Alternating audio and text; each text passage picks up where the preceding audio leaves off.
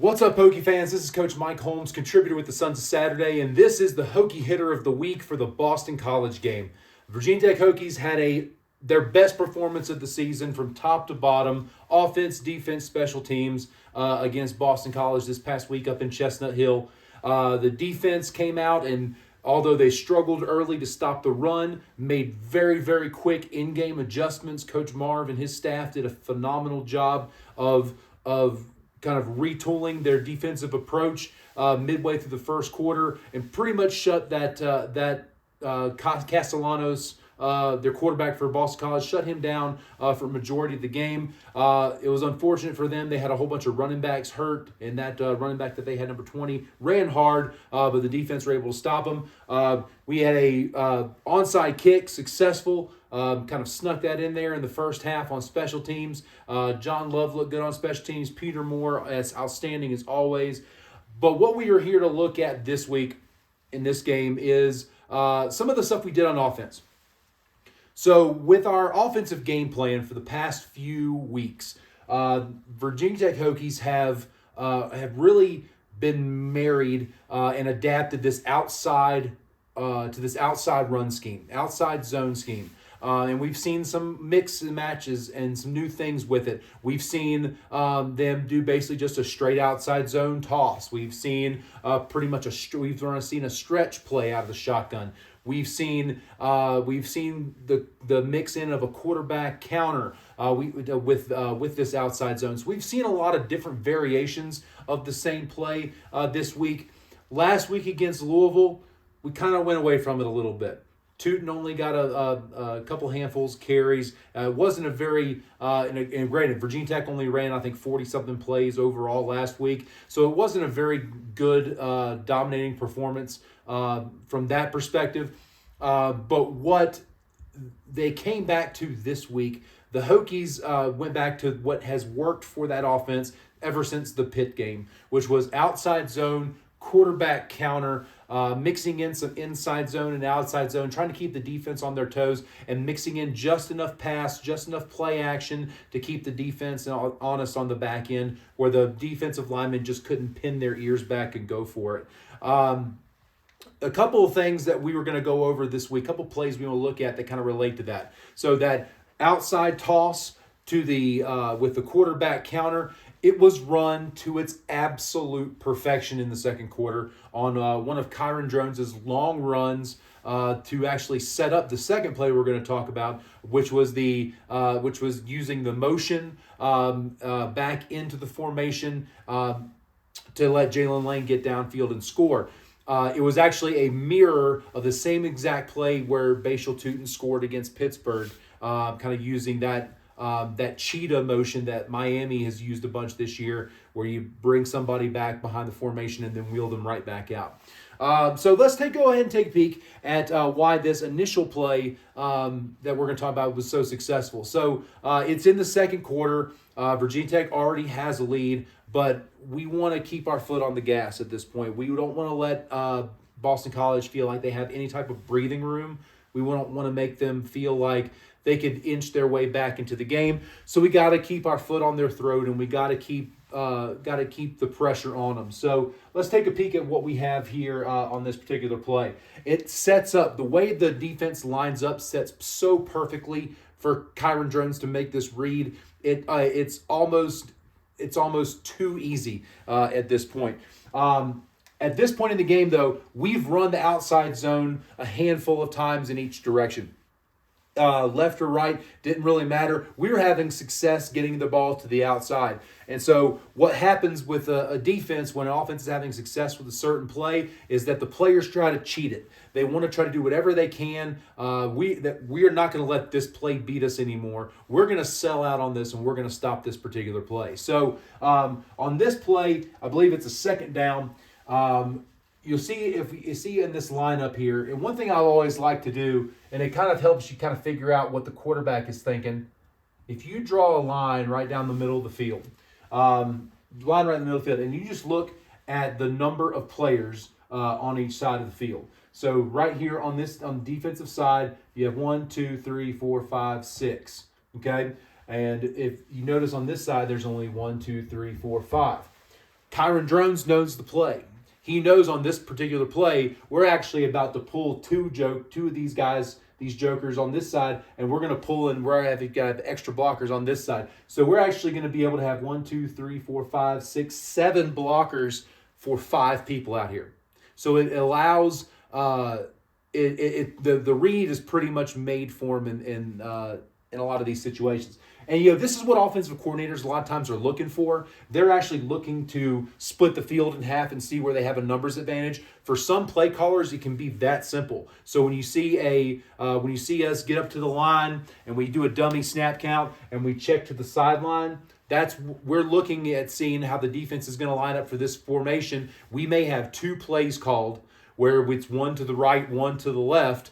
And based on how the defense lines up to this particular formation, that's the play that we go with. So again, everybody does everything a little differently, but normally that's one of the reasons why the play caller is usually up in the booth, so they can get a bird's eye view and kind of see where everybody's lining up on the defense. All right, so enough about that. Let's get into the play here.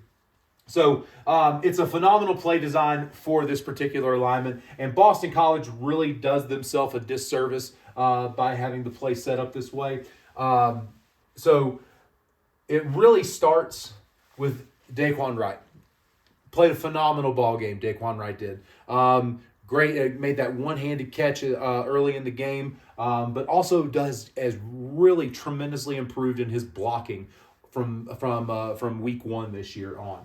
He actually helps create this play, because the one thing that could really mess this play up is this defender right here. What I drew him in as a 9 technique, because he's kind of lined up outside of the H-back / tight end here. So he's lined up wide. But when Daquan Wright arc releases out here, it does a couple of things. One, it pulls this outside linebacker with him. It pulls this 9 technique out with him, and it pulls this linebacker with him, because as soon as Daquan Wright steps outside to see this arc block, all 3 of these guys think, toss play to Tootin. We have to get outside. We have to create contain. We have to stop this. You have Felton out here. He's going to do a great job, and they're seeing his stalk block right out here. And so now all these guys are out of the play just because of this one guy's move. So phenomenal job selling the fake, selling the arc block. Because here's the thing. Wright doesn't know that the play's not going to him. This is Drone's read, so he's got to get out there and actually go out and try to block somebody and act like the play is going this way. Okay? So from here on out, so we have 1, 2, 3, 4, 5, 6, 7, including Kyron Drones. We got 8 for 1, 2, 3, 4, 5, 6, 7. Okay, if you include that free safety. All right, so again, we have the numbers match up in our favor on this particular play. So, okay, we're going to seal off with the center. He's going to seal off the 3 technique. Bob Schick does a real good job of washing down that 1 technique, that shade. Parker Clements gets on the outside shoulder of that 4-eye, and they wash them all downhill. Okay, so we are left right now. This safety bails, this corner bails, and our receivers get up there and do a really great job of getting up on them. So now basically we're left with this one outside linebacker. Okay, Braylon Moore does a great job of pulling, kicks him out, and Xavier Chaplin runs through the hole. There is literally no one there for 15 yards. The only guy that's left to block is this free safety. And so when Braylon Moore is able to go in there and get a body on him, and by that time, Kyron Drones has taken his check step. He waits for the blockers to clear out and the play to develop. And he is basically untouched until he gets to the second level out there. So it is a monumental play. It really shows the growth, not just of Kyron Drones and his patience, but his ability to read the defense's pre-snap to be able to get things to where they need to go. It also shows how the offensive line has improved. Week 1, 2, 3 of this year, we're not blocking this play correctly. We just have not done a very good job. After the bye week, though, it's been slow, but the offensive line's been making progress. They've been making some steady gains all the way through. And because we've been running the same play now for weeks and weeks and weeks, they feel comfortable with it. They feel like they understand it. Because with this new offense that we've basically put in from the Pitt game on, we didn't have a preseason camp. So you got to think about 4 weeks worth of practice. That puts us to about right now. So we're about to where we would be if we had an off-season camp with this particular offensive philosophy. So great job. Now this play sets up a couple of other plays here, or another play that we're going to talk about where Jalen Lane gets into the end zone. This play is actually a mirror of a play that Bashal Tootin scored on a few weeks ago against Pitt. He was lined up out wide in the flank and was able to come back behind the quarterback and wheel back out. The man coverage that was tagged on Tootin wasn't able to get there in time, and he was able to get in there and score a touchdown. Okay, but with this particular play, let's kind of take a peek at why this worked. Okay. Actually, let's go ahead and put their numbers back on there. Okay. So they have 68, 75, 70, 61, 65. Okay. Who's on the outside here? We got Stephen Gosnell here. I got Benji Gosnell here. Got Jalen Lane here.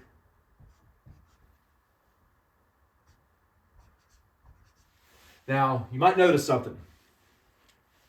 We have 11 players on the field, but we don't have anybody outside the tackle covering it up. If this was the NFL, no problem. We can run this play. But in college football, that guy either has to change his jersey number, or it's got to be somebody else in there that has a number that is not 50 to 79. So technically it's an illegal formation. You can also tell because Stephen Gosnell is actually covering up Harrison St. Germain right here. And there is and they both go out like it's a pass play. So we have illegal linemen downfield. We don't have anybody covering up the tackle on the right side.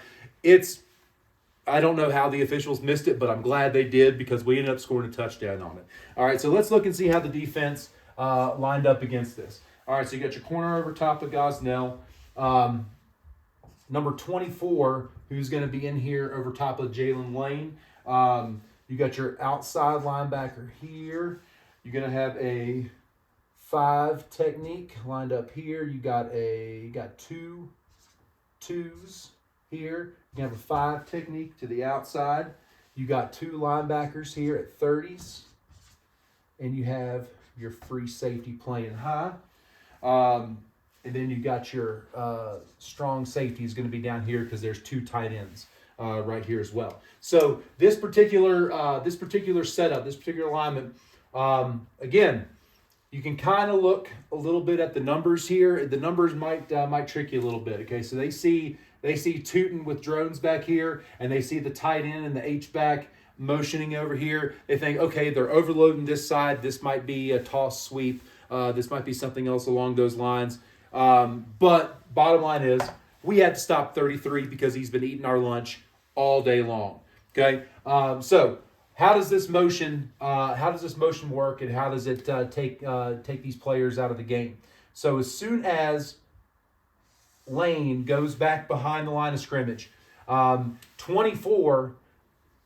Because you're going behind the formation, it's not like a true jet motion where you're going right across, where a lot of people will return.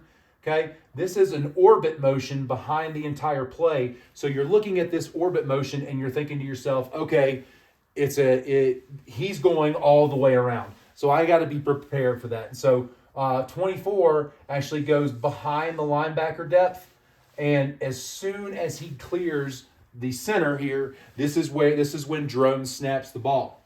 Now, a couple things are going to happen when this ball is snapped.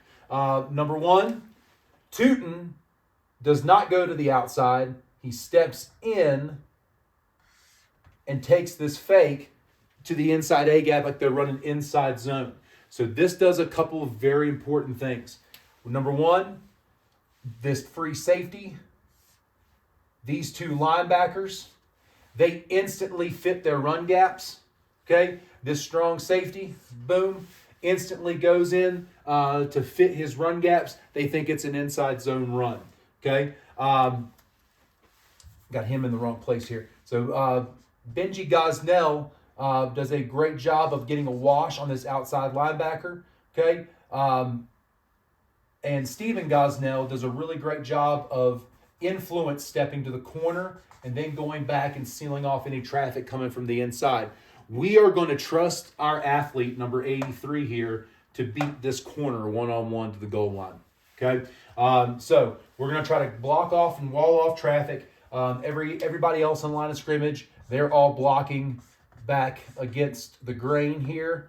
Okay? Sealing everybody off. And as soon as Jalen Lane makes that return motion into the flare area, Drones is able to hit him in a pass, and he's able to go out and score. But one thing this motion does, by the time 24 is able to recover, he's already getting now caught up in traffic, and he can't make it back in time. So it was a great job using, again, misdirection, recognizing man coverage. Again, if they're playing a zone and they're dropping those guys back, he may have well very handed off to Tootin, okay, if on an inside run there. But he recognized as soon as Lane came back in that orbit motion and he started trailing with him, okay, it's man coverage. As long as we get a step, I know Gosnell's gonna set a good wall, gonna set a good pick here. It's gonna be real easy. All I gotta do is make a nice easy throw. So. Once again, Tyler Bowen is using motion, using misdirection. He's taking advantage of what our skill position players do well. And I can't say that enough again, because we spent a lot of last year and the early part of this year watching us try to fit a round peg into a square hole. Like, it just didn't work. A square peg into a round hole, however that analogy goes. But we were trying to force players into a system that we wanted to run, and we made adjustments this year where we said, hey, we have a different group of athletes with a different skill set that need to be able to run plays in a certain way. We need to be able to run to the outside. We need to be able to run a couple of jet sweeps here and there. We need to put some motion and misdirection. Help our young quarterback recognize coverage. So it was a really great game plan, adjustments overall this year by Tyler Bowen, the offensive staff, just to be able to be flexible and make those changes. And whether that's input from other members of the coaching staff, where we made these changes, it really doesn't matter. But what matters is the Hokies put up over 600 yards. We scored 48 points. We were close. We were 4 yards away from breaking the 50-point mark for the first time in the Brent Pry era. And we have, other than basically not getting off the bus against Louisville, we have made improvements every single week since the Florida State game, since the Pittsburgh game. We have made adjustments. We have made changes. We look at what our athletes can do, and we're putting them in position to go out there and make plays. So once again, hopefully you got a little bit more insight as to how these plays were so effective and why they worked. I'm really loving doing this for the Sons of Saturday this year. I know Pete B from the Too Deep podcast and the Monday morning wrap-up show. He's hosting an event at Top of the Stairs, 7 o'clock on Friday night. If you are watching this and you're going to be in Blacksburg for the NC State game this weekend, I'll be there. Pete will be there. I know there'll be a whole bunch of other the Sons of Saturday contributors there. So we're looking forward to seeing you guys all there. Thank you so much for your continued support. Like the Sons of Saturday YouTube page. Follow, subscribe to the page as well, and get those updates whenever they come through. We're putting out so much content when we have plans for so much more coming on. We really appreciate all the interest. And if you have any questions, please feel free. Hit me up on Twitter at HokieDNB. and let me know your thoughts. Let me know if you think we need to change anything. I promise for next year the production value will be a little bit better. We'll try to make it a little cleaner out here. But again, thank you for your support. If you have any questions, let me know. Once again, as always, go Hokies.